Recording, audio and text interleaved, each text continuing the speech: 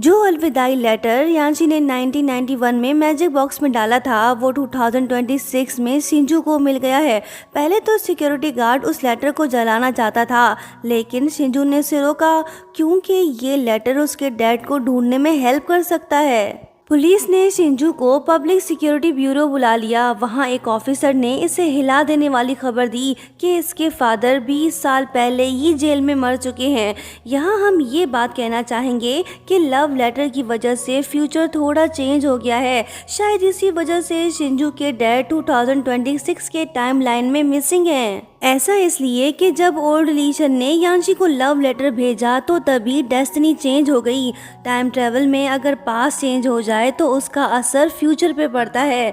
बहरहाल अब हम स्टोरी की तरफ वापस आते हैं। शिंजू शॉक्ड है। ये पुलिस वालों को समझाने की कोशिश कर रही है, लेकिन वो तो इसकी बात सुनने को तैयार ही नहीं। ये भी अपनी जगह ठीक है। फिर शिंजू परेशानी की हालत में घर वापस लौटी और अपने डैड की पुरानी चीजों को देखने लगी, इस उम्मीद में कि शायद इसे कोई क्लू मिल जाए। वहाँ उसे कुछ पुराने ट्रेन के टिकट्स और एक पोस्ट कार्ड मिला जिसमें यांशी का नाम लिखा था, वही नाम जो अलविदाई लेटर में था। जब वो दोनों हैंड राइटिंग को चेक करती है तो दोनों सेम थे। ये सब देख शिंजू तो कंफ्यूज हो गई। फिलहाल ये कुछ समझ नहीं पा रही। कहानी फिर से 1991 में शिफ्ट हो गई। सुबह होते ही लीशन अपने घर आ पहुंचा, लेकिन यांशी तो यहाँ से जा चुकी है। लीशन भागते हुए स्कूल जा पहुंचा और यांशी को ढूंढने लगा। थक हार के वो क्लास में बैठ गया, इस उम्मीद में कि यांशी जल्द ही आ जाएगी। वहीं हम देखते हैं कि यांशी टीचर शिन से मिलने गई और उनसे कहा कि वो कुछ दिनों में क्लास फंड के पैसे दे देगी। टीचर शिन भी इसकी हेल्प करना चाहती है, लेकिन यांशी ने उन्हें मना कर दिया।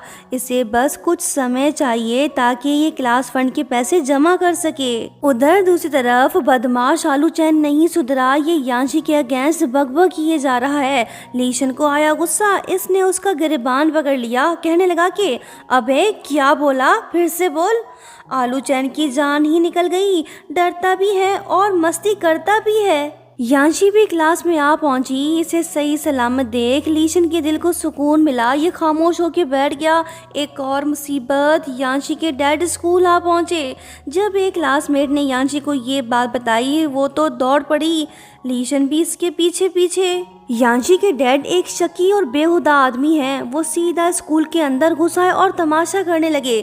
अपनी बेटी की इज्जत की बिल्कुल भी परवाह किए बगैर उन्होंने पूरी क्लास के सामने जोर जोर से चिल्लाना शुरू कर दिया। कहने लगे कि मेरी बेटी ने मुझे मारने की कोशिश की और कल रात ये किसी लड़के के साथ थी। जब यांशी इनके पास आई तो डैड ने इसे धक्का दे दिया, जिस वजह से वो गिर पड़ी। ये सब देख लीशन तो गुस्सा हो गया। इसने तुरंत ही यीबू को मुक्का दे मारा। स्कूल का माहौल तो खतरनाक सा हो गया। प्रिंसिपल भी आ पहुंचा। वो यीबू से माफी मांगने लगा। जालिम डैड तो शरीफ बनने का नाटक करने लगे। असल में ये मसले को बढ़ाना चाहता था ताकि लीशन और यांशी को स्कूल से निकाल दिया जाए। जब प्रिंसिपल ने इन्हें कुछ पैसे दिए तो वो खामोश होकर वापस लौट गए। ये मामला फिलहाल यहीं पे खत्म हुआ। वहीं दूसरी तरफ हम देखते हैं कि टीचर शिन लीशन पे काफी गुस्सा है। इनका कहना था कि ये स्कूल में लड़ाई झगड़े का कल्चर ले आया। लीशन ने इन्हें समझाने की कोशिश की कि यीबू जैसे आदमी से प्यार से बात करना बेकार है, लेकिन टीचर शिन ने इसकी बात सुनने से इनकार कर दिया। वो कहने लगी कि लीशन, मैंने तुम्हें बड़े होते हुए देखा है, तुम्हें अब खुद को सुधारना होगा। तुम यांशी की मुश्किलें मत बढ़ाओ।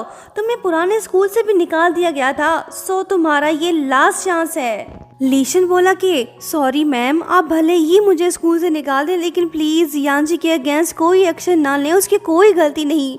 ये रहे क्लास फंड के पैसे, उसकी जगह मैं पे कर रहा हूँ।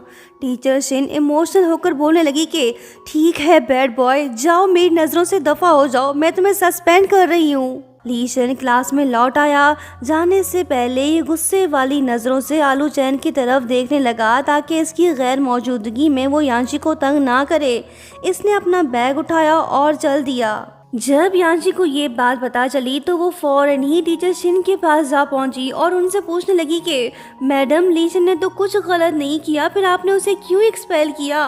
प्लीज़ मैम, आप भले मुझे स्कूल से निकाल दें, लेकिन उसे मत निकालें। लीशन मासूम है, वो तो बस मेरी हेल्प कर रहा था। टीचर शिन इसकी कोई बात नहीं सुन रही, बोलने लगी कि बस बहुत हुआ, फिलहाल मैंने उसे सस्पेंड किया है, अगर अगली बार कुछ गलत हुआ तो मैं तुम दोनों को ही स्कूल से निकाल दूंगी, अब तुम क्लास में वापस जाओ। सस्पेंशन का सुन के यांशी को लगा कि लीशन के पास अब भी मौका है स्कूल कंटिन्यू करने का। वो भागी ताकि लीशन को रोक सके, लेकिन अफसोस स्कूल गेट बंद है, ये बाहर नहीं जा सकती। उधर दूसरी तरफ जब लीशन लीडर फैंग के पास पहुंचा तो उसने इसे मारना शुरू कर दिया, क्योंकि लीशन और जाओयान ने बॉस के लोगों से पंगा ले लिया था। लीडर फैंग को इस बात का डर है कि कहीं बॉस इन दोनों से बदला ना ले ले, वो बेरहम इंसान हैं, कुछ भी कर सकते हैं। लीशन लीडर फैंग से माफी मांगने लगा, ये इन्हें छोड़ के कहीं नहीं जाना चाहता, इनके साथ ही काम करना चाहता है, वैसे भी इनके अलावा इसका इस दुनिया में कोई है ही नहीं। स्कूल से सस्पेंड और लीडर से डांट खाने के बाद लीशन सनशाइन बुक स्टोर आ पहुंचता है ताकि यांशी से मिल सके। जैसे ही लड़की की नज़र इस पे पड़ी तो उसका दिल खुश हो गया। दो दुखी लोग साथ में बैठ गए, एक दूसरे से अपना दर्द बांटने लगे। लीशन बोलने लगा कि यांशी मेरी फिक्र मत करो, मुझे वैसे भी पढ़ने का कोई शौक नहीं। यांशी ने अपने बैग से पैसे निकाल कर लीशन के हाथ में पकड़ा दिए, कहने लगी कि बकाया पैसे मैं तुम्हें किस्तों में देती रहूंगी। वो पूछता है कि ये किस चीज़ के पैसे हैं? वो बोली कि क्लास फंड के, जो तुमने टीचर शिन को दिए। लीशन इससे पैसे नहीं ले रहा, ये देख यांशी बोली कि अगर तुमने ये नहीं लिए तो मैं दोबारा तुमसे कभी नहीं मिलूंगी और ना ही बात करूंगी। लीशन इस लड़की से दूर नहीं होना चाहता, सो इसने पैसे ले लिए। अब इसकी बारी आ गई, इसने पैसे निकाल कर यांशी को दिए। जब यांशी ने वजह पूछी तो वो बोला कि ये वो पैसे हैं जो हमने तुमसे छीने थे, अगर तुमने नहीं लिए तो मैं भी तुमसे कभी बात नहीं करूँगा। लड़की हंस पड़ी, इसने पैसे ले लिए, हिसाब बराबर हो गया। लीशन ने इसे अपना फ़ोन नंबर दे दिया, कहने लगा कि अगर तुम्हें कोई बुली करने की कोशिश करे तो बस मुझे कॉल कर लेना, मैं हाजिर हो जाऊंगा।